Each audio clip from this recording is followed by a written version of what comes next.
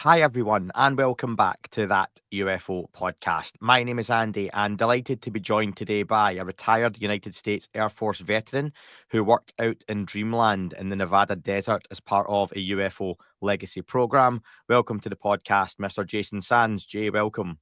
Thank you. Thank you for having me. No, very good to have you on, sir. And would you rather Jay or Jason? What's your preference? Jay's usually what everybody calls me. Yeah, we'll go with Jay then. Let's keep it familiar. Jay, we've got a lot to get through in a short time. I want to start off just giving folks who may have not heard any of your previous interviews yet on a variety of shows you've been on, a little bit about your background. So, who is Jay Sands? If you can give us a whistle stop tour of your background and kind of what's brought you here. Sure. I joined the Air Force back in 1985. Was first an airframe repair specialist and cross-trained into Intel. Did a tour of duty in Germany, and then I ended up at Nellis AF Base. And for 3 years, I worked inside the reverse engineering program that everybody knows runs out of Dreamland, out of Groom Lake in Nevada. So I did that for a number of years, kept my mouth shut for a very long time, up until 2022. Then I started to have some concerns about some of the things I was seeing in the news concerning some triangular craft that I thought were something I knew about. And it looked like that maybe something illegal going on with what they were doing, because they were loading people into the back of a craft. So that was one of the reasons I came forward. Plus, I had some other information that I felt needed to be spoken to Congress as well. So they invited me to come out. I gave my testimony. I think David Grusch came in right after I did to give his testimony in 2022. I believe it was December. That's when I started my journey towards becoming public. I didn't initially want to go public, but I ran into James Fox by accident, and he was, doing a movie, and he offered to give me the opportunity to create what's called a dead man switch, sort of a testimony. So, if somebody tried to do something bad to me, that, here's my story. Ended up there was an accidental leak of my name and into the public, and that kind of forced things. And the only thing that prevented me from going public right away was the fact that I had a couple of other wickets to go through at the time to finish out my legal protections before I started speaking publicly. And that's how things rolled out. And so by 2023, I believe it was March 20th, I had my first public speaking happen on X, the X platform. And that's kind of my backstory there. I also want to tell the audience that this is something that's also been part of my family, even since my childhood. I've had some strange experiences as well. And after my time in the program, I've also seen about another 4 different craft that I can't explain. Some of them I can explain because they're the ones that I knew about from inside the program, but other ones I can't because they don't look like anything I've ever seen before. But that's my background. So I'm an Air Force guy, been in the program. I also have my own experiences, as well as actually meeting what I think was an extraterrestrial when I was going to work one day as well. So a lot of people are talking to me now about that. Yeah, there's a lot to get through, and I can't do your backstory justice. What I will say is, folks, if you're looking for a longer form with Jason, he's very graciously giving me an hour of his time today. The Jason Dory podcast you were on, James Fox is alongside you. Your background is fascinating, can be quite harrowing at times as well, but you go into a lot of great detail on that childhood. So I would recommend folks do go back and listen to that from Jason, because it's a fascinating upbringing. It's not been an easy upbringing, but I think it really tells a complete picture of kind of who you are and the kind of what's kind of made you the person you've become as well. It was really, really good interview, and you were very candid, which is always appreciated to listen. But going back to childhood, I do like to ask guests, what was your interest, if any, in UFOs? And if you can touch on any of those kind of early sightings you maybe had, that would be great. Yeah, my first interest was when I was in California as a 10-year-old or thereabouts. That was the first time I actually saw a craft. It looked like a red orb that came down from what it looked like, very high up in the atmosphere, if not outer space. and it was flying straight towards my neighborhood there in San Jose, California. And it actually stopped over my friend Eddie's house at the bottom of the street. And it turned into a white a flash just before it appeared as a sort of a drop of mercury, very silvery, very smooth. And my mother was also there when I ran out to the front yard with my dad's binoculars to get a really good look at it. And she saw it actually taking off because it came out over the street. And there was a street lamp, because it was in the evening, and the street lamp actually shone light down onto the craft as it came out over my friend Eddie's driveway, where the street lamp was. So my mother and I both got a very good look at it when we went outside. And that was the first time that I actually saw something that I didn't know what to think of it. And I knew it was a UFO, or at least that's what I was screaming at all the adults that were in the living room, hey, there's a UFO, I can see one. Yeah. And all that stuff. So I did have a little bit of interest. I think I bought the paperback of the Project Blue Book, and also Eric von Daniken's Chariots of the Gods, to try to kind of piece things together. So I read those front to back, and that's what I did. And I've bought a few other paperbacks, and then I kind of, through the teenage years, I dropped it. I never read another book about it for quite a long time, until I got in the Air Force and had even more strange experiences occur. So that was where the interest started, was when I was about 10 years old. So take us through the Air Force. You've had a fascinating career. What were the moments that led you to being introduced to the program, quote unquote? Well, as you know, that was Desert Shield, Desert Storm time period as well. So some of the other analysts that were read into the program, I actually deployed with them down to Central Command. And we analyzed the missions and stuff for about a good month or two, and did a lot of good stuff in Tampa Bay there where CENTCOM is.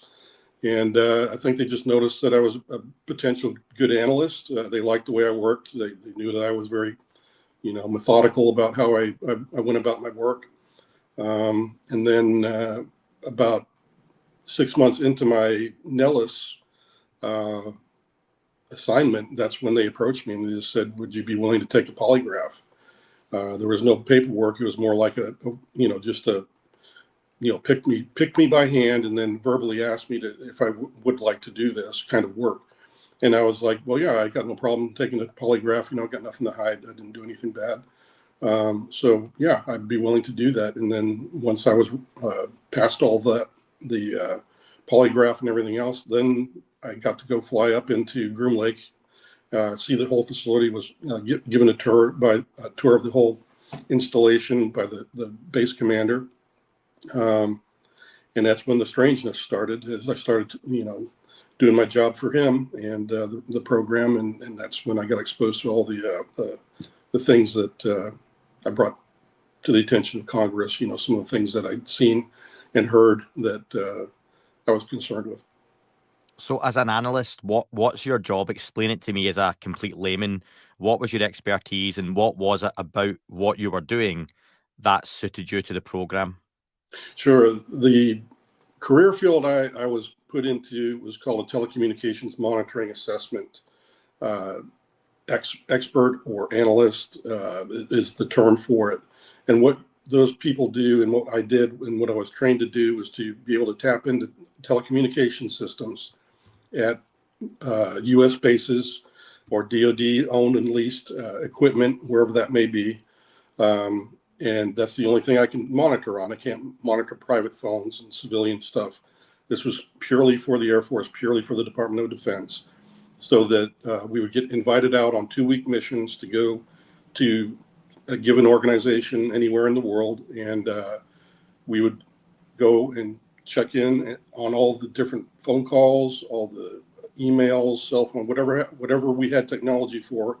And we went in to look for security flaws or security vulnerabilities. And then we would report back to the commander and his staff, whoever they wanted in the briefing. We would debrief them and say, this is what we found. And then about 90 days after that 2-week mission, we would then produce the final report and really go through with a fine-tooth comb on all of our findings and give that back to the customers. So that's what I did for a day job, and that's exactly what I did for the program as well. So I was doing the same exact thing, using the same exact equipment. The only difference was that I was read in, and all the other people I worked with didn't know what was going on. It was some very hush hush. There was only 4 of us and one officer that flew cover for us, but he was also a scientist, so he could help us out with some of the technical aspects and scientific things that we were listening to inside the program, because the program had a lot of different projects going on in the labs, and we didn't know. We were smart and we could look up a lot of stuff, but that we needed that scientific kind of mind on the team as well. But that person also was there to also, if somebody came looking for me while I was out on one of these missions, he would be there going, "Hey, leave Jason alone. He's working for me. I'm not going to tell you what it is. It's classified, but he'll be back in 2 weeks. So just leave him alone." And that's the way it went. So everybody would stay off our backs. But that was called red teaming. And that's what I did for pretty much all of my career. And like I said, for that 3 years there at Nellis, I really got exposed to a lot of crazy stuff. Some of these bases are mythical or legendary now in their status, with being incredibly sensitive, obviously, given the nature of what may or may not go on there. Not just the talk of non-human intelligence, alien craft and whatnot, but other, military hardware that's being developed in these places and getting tested and all that kind of stuff. Yeah. What are the facilities actually like? In my head, have you seen Independence Day, Jason? Yes, I have. Probably an obvious question, but so in my head, I see them going underground, and you walk around and there's alien spacecraft over here. There's massive test tubes over here with alien bodies. I imagine the actual facility doesn't have that sort of room, unless you can say otherwise. Well, most of the facilities I was in was above ground. I did get exposed and went to 2 places where there were tunnels or underground facilities, but I only went there to debrief. And so I was only ushered into like one room and debriefed. And then, if they were kind enough to show me anything else, then they would do that. But yeah, there are some tunnel systems and underground facilities. The rest of the buildings, pretty standard military installations. I'm Yes. guessing secure, but meeting rooms, briefing rooms, laboratories, and whatnot. Any of the quote unquote good stuff is kept Mhm. way out of sight, out of mind, and very secure. Would that be fair? Yeah. Yeah, because the way it usually goes is it's a nondescript building, and when you walk in, you have your badge, that gives you access to certain things. The other thing that they have on the security is they have physical security locks, locked doors, cipher locked doors, and if you don't know the combination, you can't even go back in there to see what's behind that door. And so that's a really good way for the program folks to kind of hide, because they're the only ones who are going to know the combinations to those doors. So you can be walking by these doors in these facilities and you not even know that there's something going on there that is part of the reverse engineering program. Can you talk about how you felt the first time you came across something that was potentially of a non-human origin? Obviously, you can't tell us what it was, where it was, but Mhm. what was that feeling like, and how did that change you as a person? Well, I was on a mission, and we intercepted a few phone calls in this one day in particular, the first time when I got exposed to something I couldn't explain. And they were talking about crazy things like a laboratory where humans were not allowed in until after these things that they said were tall whites and grays. And that blew my mind. And immediately after I finished recording that particular phone call, I looked to the other analyst and I said, "What on earth did I just hear?" And I held up my sheet of paper that I had just did the content of that phone call on. And immediately they all put on their headsets and plugged into my rack, which is what you call it when you have a tap system and you're tapped into phones. It's called a rack.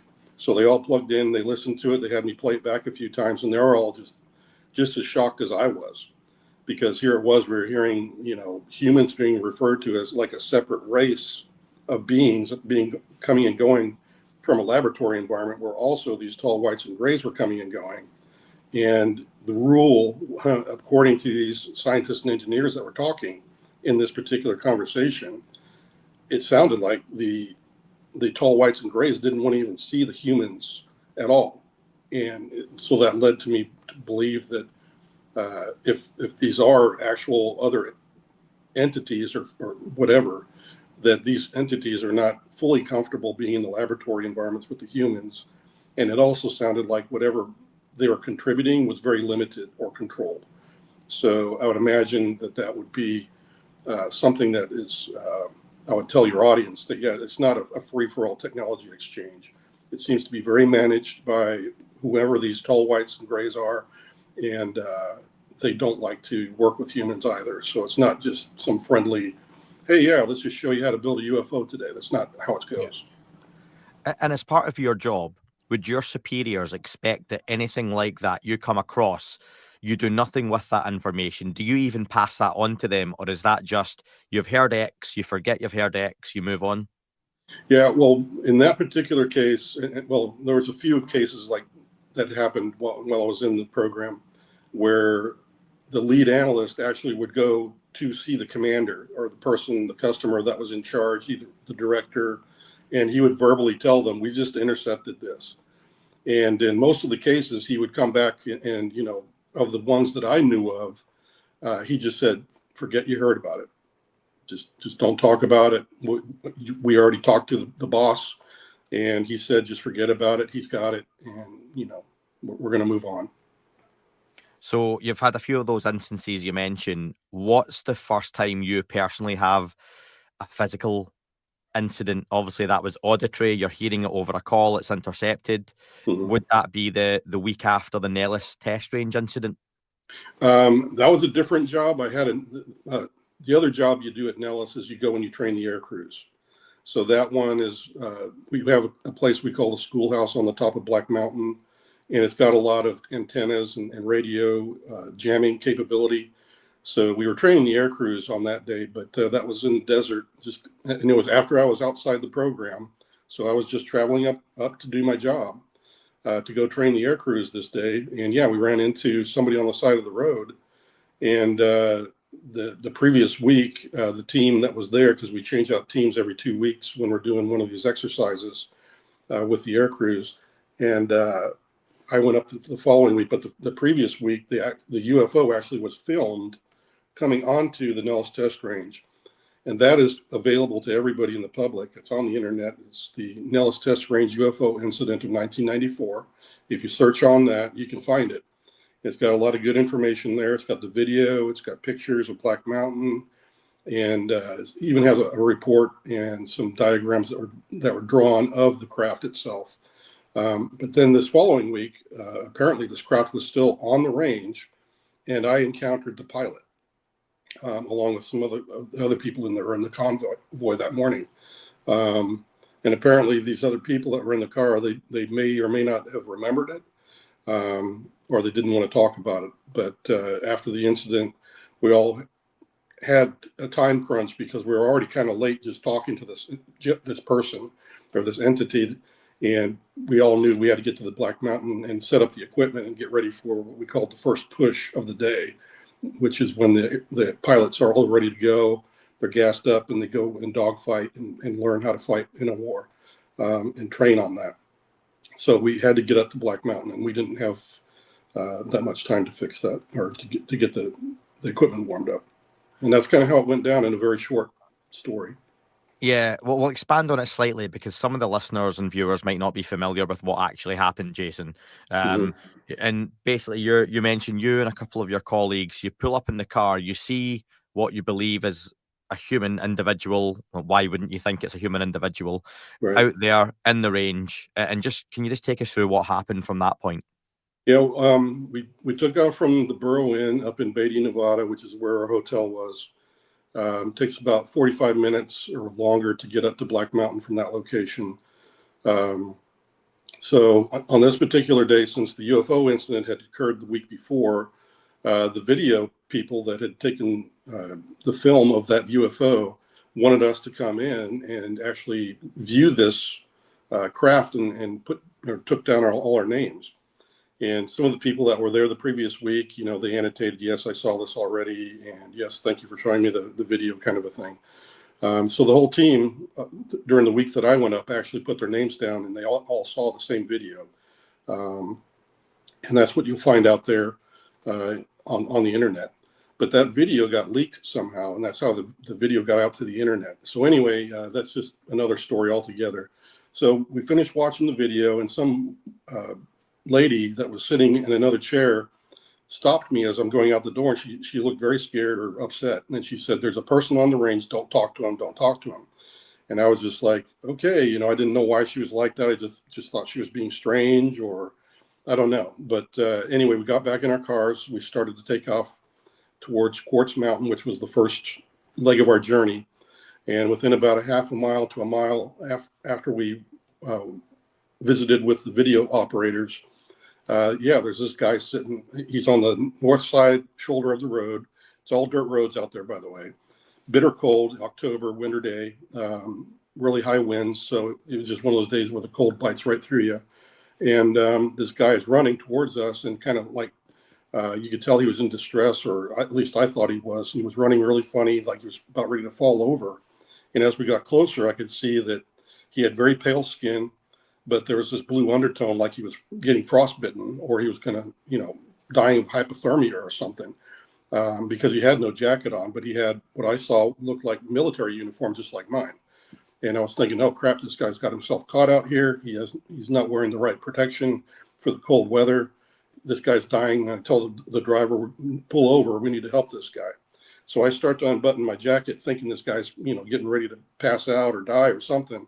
So I'm trying to get my jacket off to try to warm him up. And as we're getting closer, we're at the point where the guy's like at the front of the car, so he's really close, and we're slowing down, and the guy in the passenger seat says, "Hey, you know," he's like, "This guy's got no effing ears," and I just was like, "Good grief, dude! You know, this guy's freaking dying, and you're messing with his ears." I'm like thinking to myself, if he's got no ears, you know, it's probably a mutant.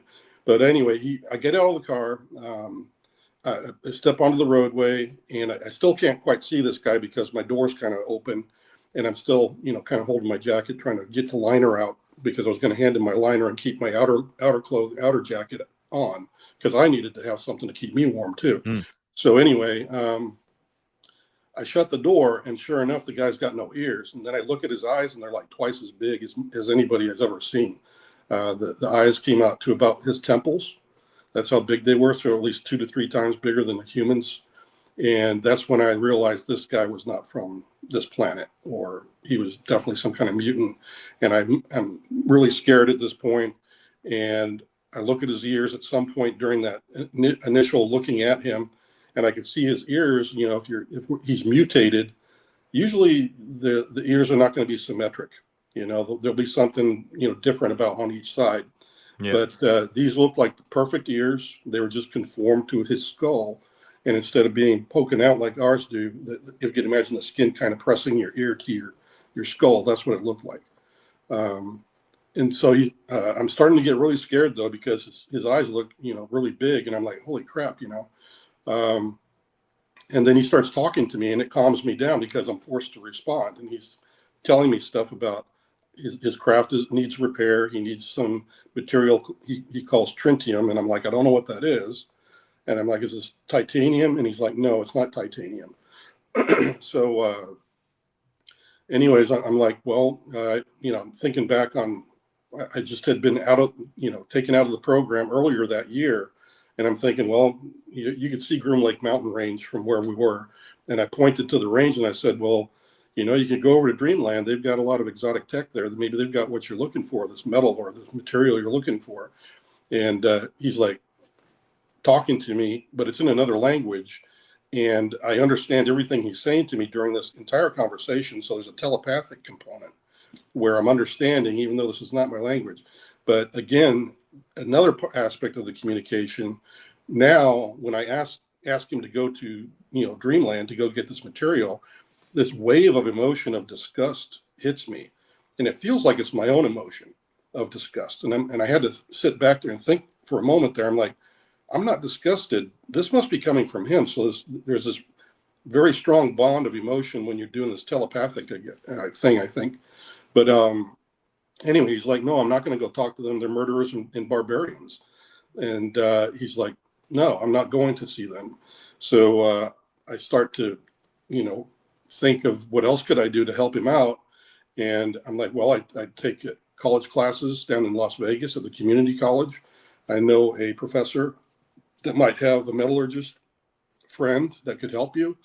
And he didn't, the individual or this person did not say goodbye. He just turns off and heads towards the craft, his craft, which looks exactly like what's in the film on the internet.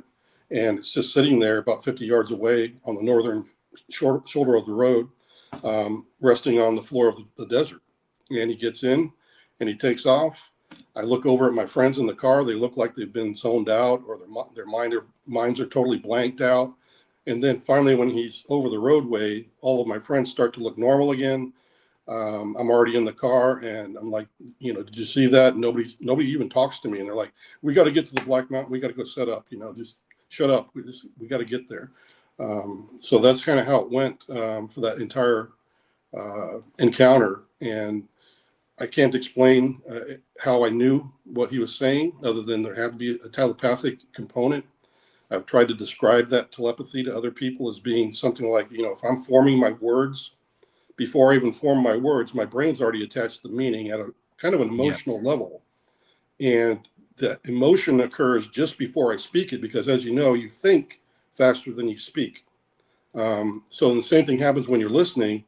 You listen for the words, but your brain picks up on it so quickly you can't even tell that you've had, some kind of understanding that was attached to that word.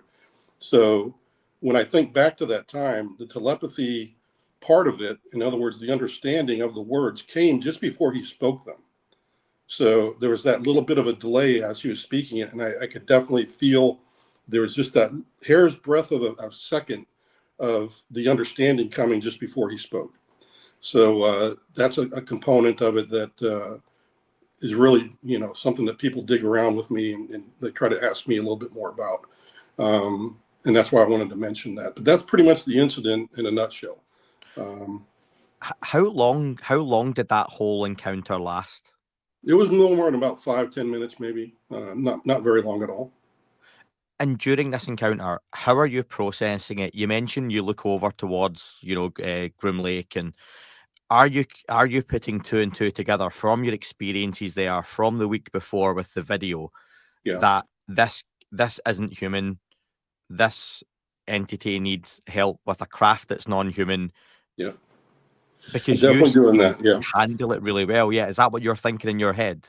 Yes. I didn't know exactly why he was wearing a military uniform. That came, there's several people in the intelligence community that also heard my story, that also have theorized what might have happened and why he had a damaged craft and all this other thing. And I think the one that best fits this scenario is perhaps he had some kind of an altercation with the security forces out there at Dreamland, and that he tried to get away, and they shot at him and damaged the craft on the way out, or something like that.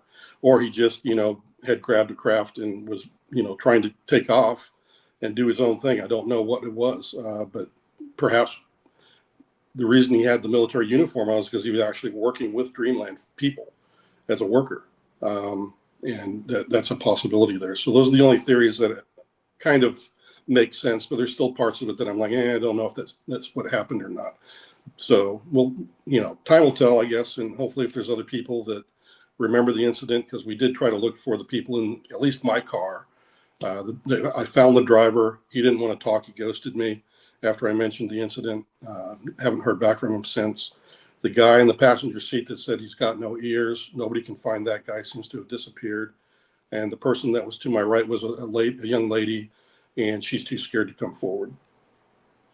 So, Yeah, because I'm thinking, if you see the UFO the week before with the Nellis video, and I'll put the link in the description, I think a lot of folks, when they see it, will know the footage once they start viewing it. Is it likely that that craft left the range at all in that week? And it sounds more likely it stayed there.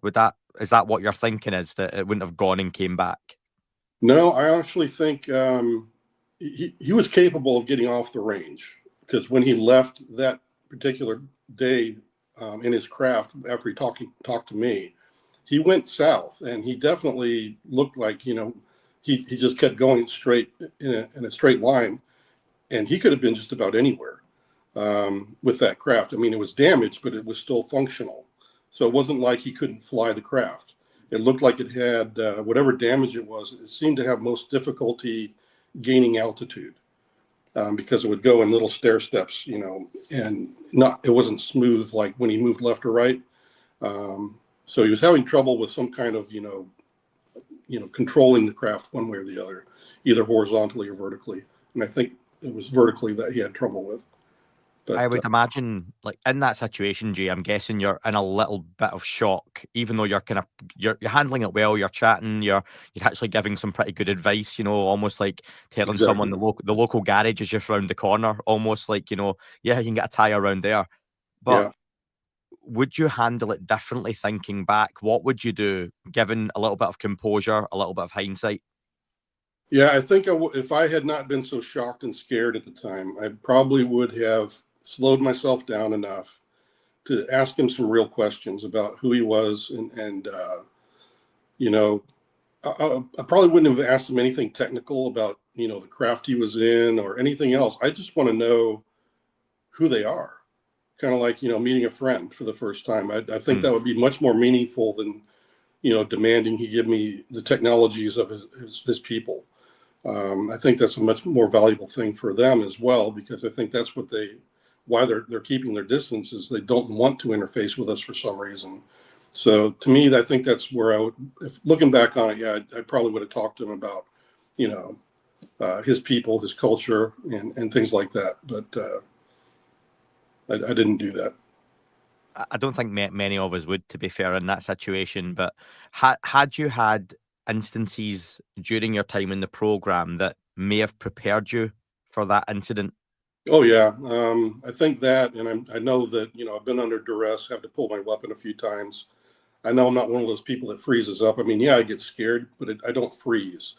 I tend to get, serious, and sometimes even angry if I'm put in that situation where I feel like my life is in danger. And I didn't get pissed in this sense, but I was scared, so I was able to keep my faculties. But yeah, I wanted to run at the same time. I was like, I don't like this. I want to get out of this conversation.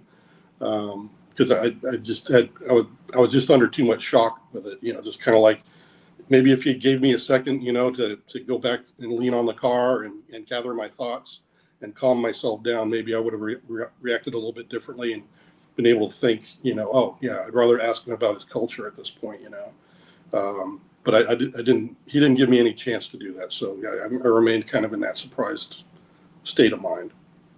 Were there no friends or colleagues afterwards who heard of the incident and were like, in like the canteen going like, Jay, what happened out there? Did you meet an alien? Did you meet like, was there nothing like that afterwards, or was it kind Oh of yeah, swept under the carpet? yeah. I've had friends in the military that I worked with. They're just like, wow, I didn't know all this kind of good stuff. But now they're getting back to me, and they're like, wow, some of them are just like loving the story. Other ones that um, they just can't believe it. Even my wife, she's like, you kept this from me. She got kind of pissed. So yeah, it was one of those things where it's kind of a mixed bag, just like it is in the public eye. You got people that are more open-minded and people that are very closed-minded, and some people that are just downright rude.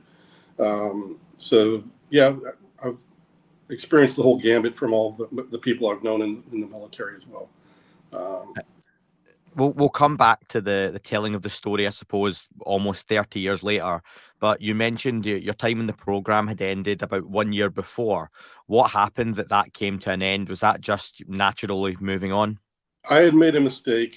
I guess we had never really talked about taking family members on any of these missions to these clandestine spots.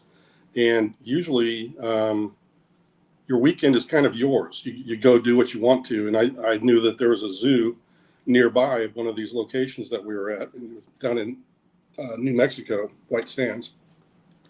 And so I was just going to take my kids out to the zoo over the weekend, but they found out about it. And boy, did they flip out. And it was like immediately, they were like, this is it, you really screwed up this time. And I had had to get kicked out of the program just because I brought my kids to the zoo, or wanted to bring my kids to the zoo. Was it a relief to leaving the program? Excuse me? Was there a relief that came with having to leave the Oh, program that way? well, when I thought about it, yeah, because I was like seeing how upset they were, and I was like, well, crap, you know, I'm not in the freaking army where they got, you know, the army tells you, you know, if I wanted you to have a wife and kids, I'll issue you them. I kind of had to deal with that with my dad because he was a Green Beret, and I was like, I'm not having any of this. So I kind of was relieved. I was like, well, crap, if I can't have a family and be in this program and do just a gentle thing like taking my kids to a zoo, and they don't have any idea what I'm doing there, you know, I thought there was no problem with that. So yeah, I got a bit offended by that. And I was like, to heck with this program. I don't want anything to do with it either. So I was kind of like, I kept that to myself though. And I just let them do their thing and kick me out of the program. I was like, fine, I'm good with that. How did you live your life during your time in the program and after, when you're being exposed to things most of us can still only imagine that you're not in a place to talk about yet? You Yeah. know, potentially dealing with non-human origin craft, entities, materials. You're hearing these conversations that are literally sitting in Hollywood blockbuster movies, you know. Yeah. How do you then finish a day job and decide what zoo you're taking your kids to, even without, you know, that just changing your whole way of viewing the world? Well, it kind of goes back to my childhood. I think, you know, if people look at some of, I think the Julian Dory podcast that I did with him just last month, I go over in great detail how, you know, I grew up in a very violent home. My dad was an alcoholic, and no, none of my neighbors, none of my friends knew that this was going on, even in my house, because when you're in that kind of a survival mode, you just partition off all the craziness and you find a way to survive. And I think that carried through a lot with this career move going into the program, is that I feel like I kind of used that same skill set to kind of partition off that part of my life and the craziness that was in it, and would just go back to normal life and just forget what you know, I had heard and what I'd seen and whatever else. So it was one of those things where I think of just, you know, I think other people agree that there's a, you know, a commonality with traumatic childhoods, people that seem to have more strange experiences.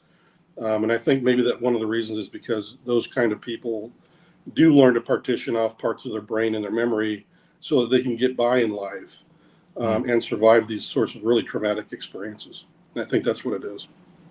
Yeah, no, I can definitely see that. Are there any elements to working in a program like these UFO legacy programs that maybe people don't quite understand, folks don't maybe talk about too often, that you can touch on? Sure. I'd like to tell everybody in the audience that, you know, 99.9% of the people in the program don't even know what each other are doing. There's great people, I mean, all over the place in that program. They're very smart, very intelligent, great, innovative, patriotic. They're all thinking they're doing a great job for the government, but there's this very small percentile of people, I think, that are to blame for some of the really awful stuff that comes out of, you know, people's telling about how, you know, perhaps some people got murdered. Some people are being, you know, like now I'm going through a really tough time with my clearances and things like this. And yeah, they do mess with you. And I just think that that's something that people need to know, is that the majority of the program people are deserving of respect. They're doing things to help our nation, and they're building weapon systems to defend our nation here in America. And I think that's something to be that gives them some credit. And I'm not pissed off at anybody.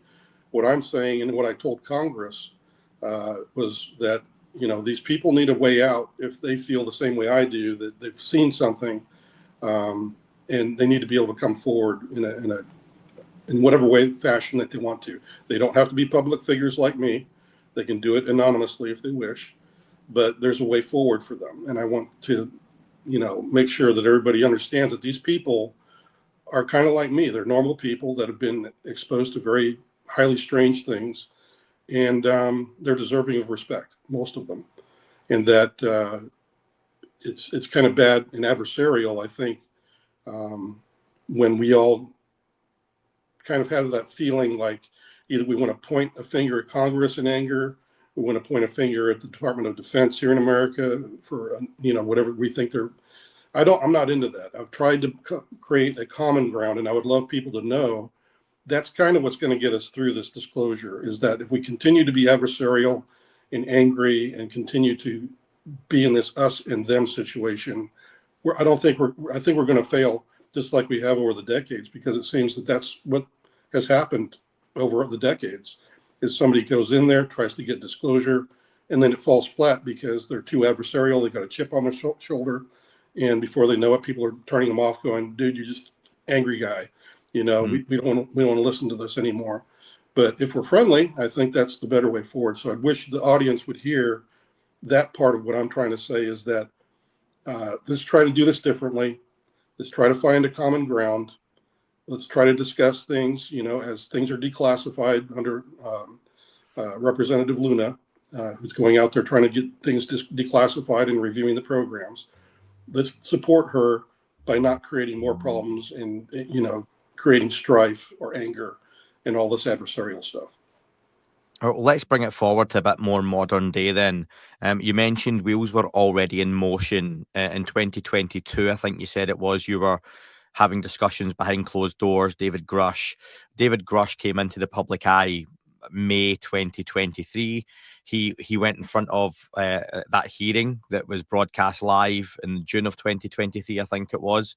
How Yes. did you feel seeing David Grusch sitting there, obviously with I Dave was Graver and absolutely proud of Side? him. I mean, he was there from day one. He was one of the ones that interviewed me before I went to Congress. And I was so proud of him. I mean, we actually talked about going public before he actually did it. And I just said, Dave, I feel like I've got to do something. I've got to go public. I don't see how we can get through this. And he kind of agreed. He said, that's weird. I thought about that last night too. And I said, wow. So we were actually thinking about going public together.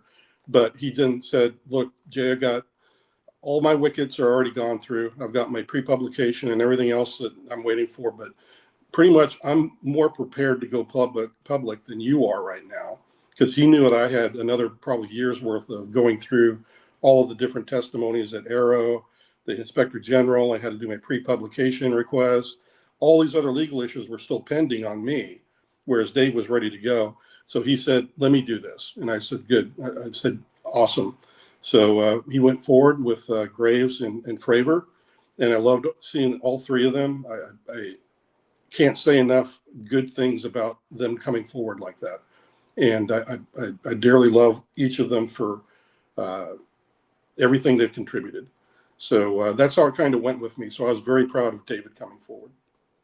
So you mentioned earlier, and I left it out at the time. You said that obviously you were on with James Fox. You were going to be part of his documentary, the program. There was an issue, and if folks hadn't seen this online, it wasn't anything malicious. James shared a screenshot of your kind of just over your shoulder, but the clipboard had your name on it. The famous Hollywood Snap Take Two boards.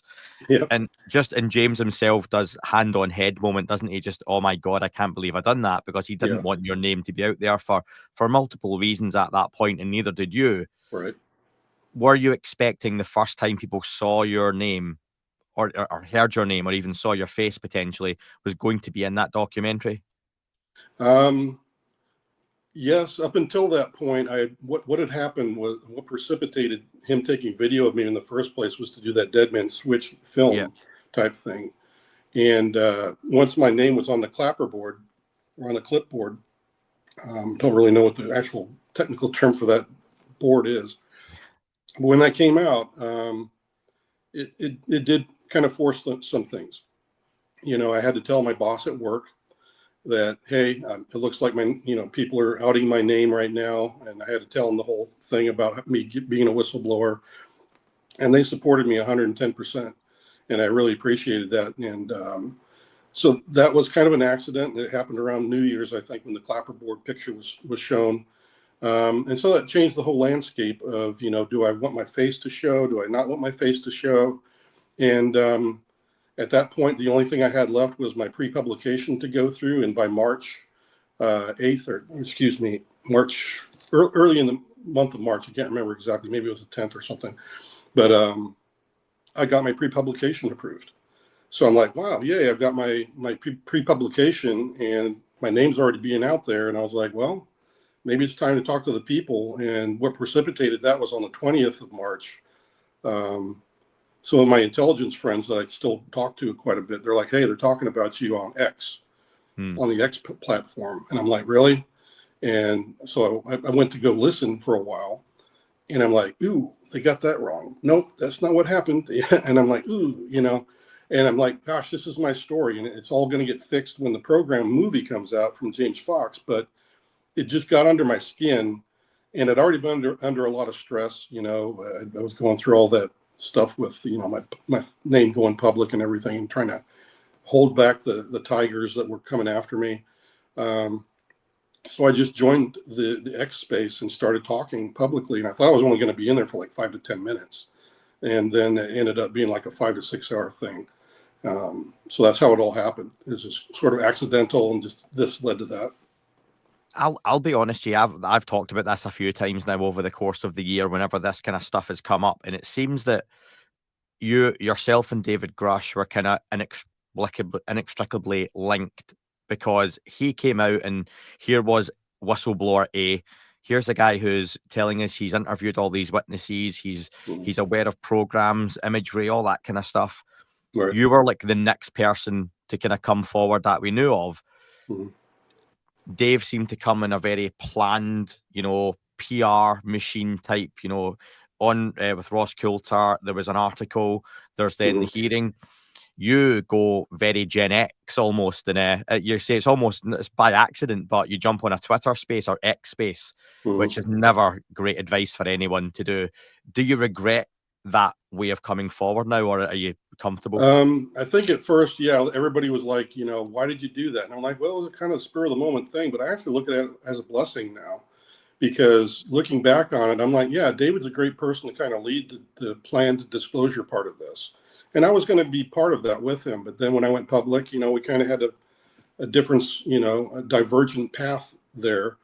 But I was willing to, at that point, accept what I'd done, and thought, well, you know what, it's probably something different from this year. I mean, because I was thinking, what am I going to do if I go testify again on Capitol Hill, and it's a public hearing this time?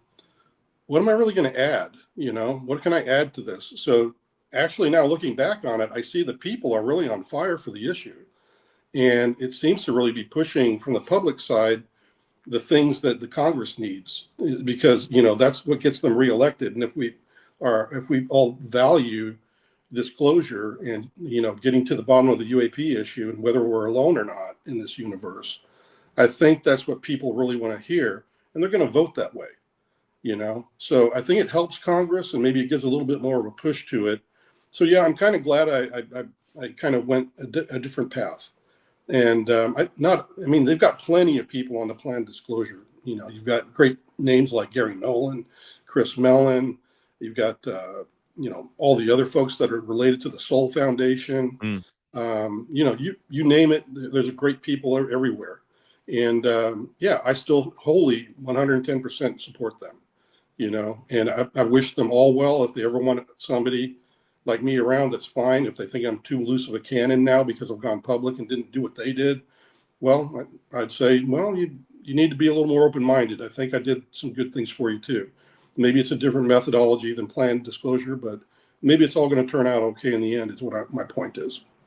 Yeah, no, that's fair. And I think I've said a few times now over the months that there seems to be these, you've seen the backlash firsthand of the UFO community when you say something they're not expecting, or it's almost like this isn't each individual's disclosure. It's not what they expected of a whistleblower coming forward.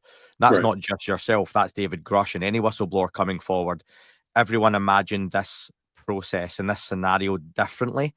Right. Something you said, and I'm on the fence with this idea that, and it's not just yourself, but you said it on Julian Dory and others, that the public aren't ready for a lot of the conversation that needs to be had or will be had. There's a lot of folks, though, Jay, that would argue otherwise and say, well, let the public decide that. How How do you how do you, Well, the way I parse you know, it, I know it's a tough subject, but yes, I did try to tell people, honestly, I've always had integrity that if you give me a question, I try to answer it. And in a particular space, they just attacked me for it because I'm like, look, I'm not telling you any lies, but because of what I had been through, because going back to when I got kicked out of the program, they wanted to put a bullet inside my head and bury me in the desert. Somebody wanted that to happen. My friends told me that, and they made me stay in the car while they went and talked to this individual while I was being kicked out. And I didn't realize it was that serious of an offense, that it was worthy of death, really, to them. So I ended up getting sidelined into this other part of this program where they kind of used me, as fodder, to do some really nasty shit for them. I'm sorry for using that, curse oh, word, it's but okay. it was really nasty. And that's the part that everybody attacked me for. And so here it is. I've already been through the trauma of this really nasty work, and they're attacking me, and they're the ones who freaking asked me. And I just thought it was just really bad. So the one reason I can't right now tell everybody about it is because every time I go into that part of my life and those memories, it's tough. Yeah. You're talking about it took me an entire week to calm down, Hmm. PTSD wise, from all the flashbacks, the memories, all the bad stuff that I had memories of. And they don't realize how badly they screwed me up mentally by being just rude. It'd have been one thing if they just said, look, I don't believe you. But okay, let's just leave it there. They didn't, that was not good enough for them during that time frame. They wanted to attack me. They wanted to deride me. They even told me I'm useless as a veteran because, I'm sounding like a crazy man and all veterans should shun me. It just hit me so hard. And that's why I can't keep coming out with this stuff because, like I said, I can't physically or mentally put up with that right now Yeah. until I've talked to my doctors and my psychiatrists that I already have, before that incident happened with these people attacking me like that. I've been going to PTSD counseling for a long time, and it's taken me quite a while to get through what I've done. But now I'm going into this new phase where I need to get more help if I am going to talk about this openly. And I'm just asking for people to have grace, patience. But there are aspects of this program that quite literally, I think, are even worse than what I experienced. Um, quite frankly, I think if what I got exposed to is just a small snapshot of what goes on, uh, yeah, I think there's going to be a come to Jesus time frame when the program, if we ever get to the bottom of it, there's going to be those few people that are running this dirty work part of it. They're going to be called into account. And hopefully I can help out with that. Maybe I could do it on a one-on-one with Congress again or something. But right now I'm just not ready to do another public beat down like they did to me.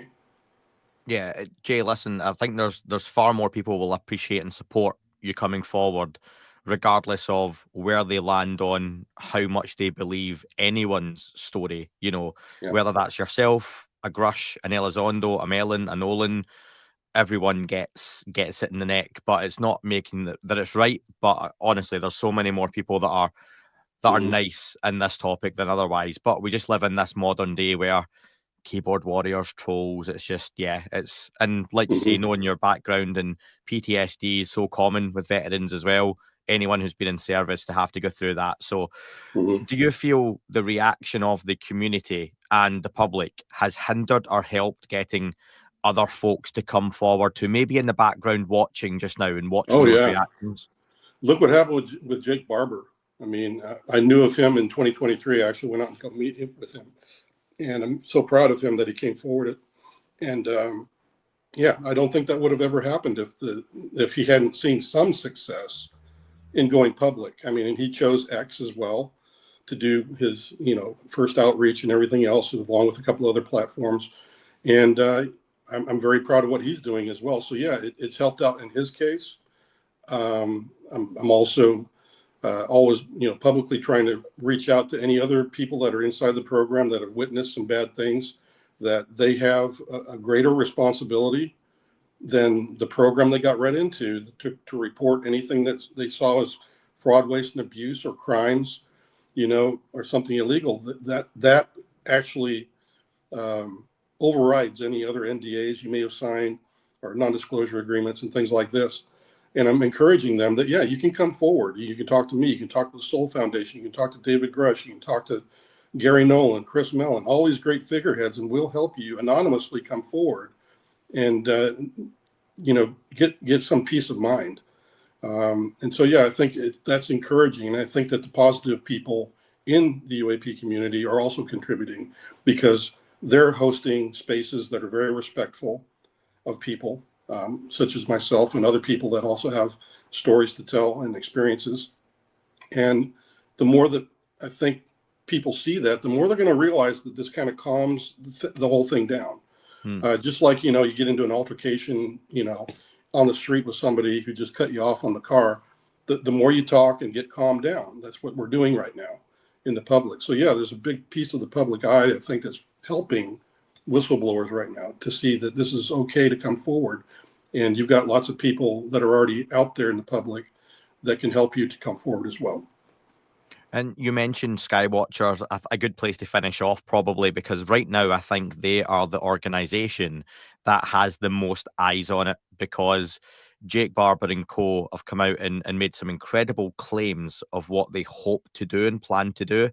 essentially being able to summon, let's call them craft. We don't know exactly what these things are.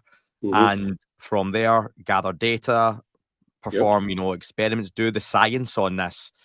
Yep. With the help of government and academia, if they can get involved, what do you think their chances of success are in what they want to do? Well, I guess giving you my mindset on all of this and about disclosure would help. The way I see it, when we're asking Congress to come clean, we're just really trying to get them to admit they've been lying to us about not being alone, and really that's all we're going to get out of that. Okay. When it comes to researching this, the public probably has more scientists, more engineers, more folks that are willing to do field studies, and also have access to money and resources to get some of the materials looked at. So we kind of can organize ourselves, and it would be for the people, by the people. So do we need everything from government? It seems like, every time there's, something that the government takes off on, within the first few weeks or a month after that, you start not hearing anything back from people. And then you come find out later that they reached a brick wall that they couldn't get through, and it just died. Or somebody briefed them and said, yeah, this UFO thing, let me tell you about this, and that's why we can't talk about it. And those are all realities of it. So that's the way I see it, though. It's just, if you look through my eyes, I see disclosure as being, yes, it's good. Maybe we can get some stuff declassified. I think the one thing I would love to see that I know the Congress can help out with, and also the public, is that we're not alone. That's totally unclassified. That's a right for every man, woman, and child on the face of the earth to decide for themselves whether we're alone or not.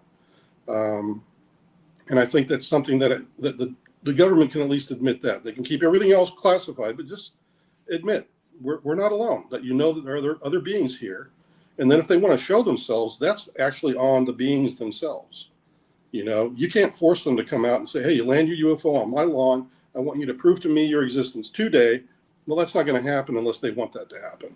So those are the kind of things that I think I've gotten a lot more, kind of, I've been through those conversations so many times now that's where my mindset is on it. So I think we're perfectly capable in the public domain to kind of take care of some of this ourselves. I mean, take a look at the Vegas UFO incident, that fell in that guy's backyard. And they said there was these 8 or 9 foot tall beings that came out, but it was this craft.